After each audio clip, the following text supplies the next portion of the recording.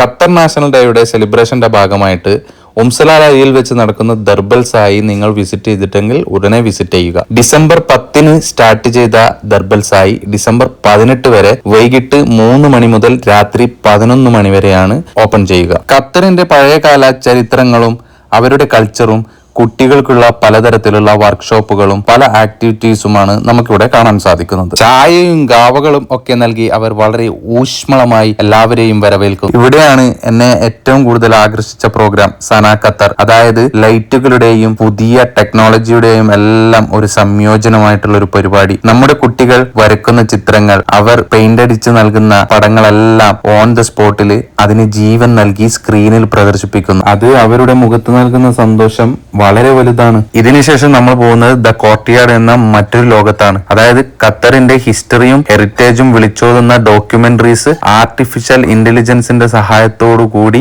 പ്രദർശിപ്പിക്കുന്നതാണ്. നമ്മൾ റിയൽ നേരിട്ട് കാണുന്ന ഫീൽ ഉണ്ടാവും. നമ്മുടെ കാലിനടിയിലൂടെയെല്ലാം ഫിഷൊക്കെ ഒഴുകി നടക്കുന്ന ഒരു ഫീല്, വല്ലാത്തൊരു അനുഭൂതിയാണ് ഇത് മസ്റ്റായിട്ട് ദർബൽ സായി വിസിറ്റ് ചെയ്യാനുള്ള ഒരു കാരണം എന്ന് വേണമെങ്കിൽ പറയാം. ശേഷം അവിടെ പരേഡ് അതുപോലെ ഒരുപാട് ആക്ടിവിറ്റീസ് ഉണ്ട്. പിന്നെ നമുക്ക് ഖത്തറി ഹൗസ് വിസിറ്റ് ചെയ്യാനുള്ള ഒരു ഓപ്ഷൻ ഉണ്ട്. ഇവിടെ നമുക്ക് പഴയകാല രീതിയിലുള്ള മജ്ലിസ്, അതുപോലെ സ്ത്രീകൾ സംസാരിച്ചിരിക്കുന്ന ഏരിയ, അവരുടെ പാരമ്പര്യമായിട്ടുള്ള ജോലികൾ, പരമ്പരാഗത നൃത്തങ്ങൾ, പാട്ടുകൾ എല്ലാം. Go and enjoy.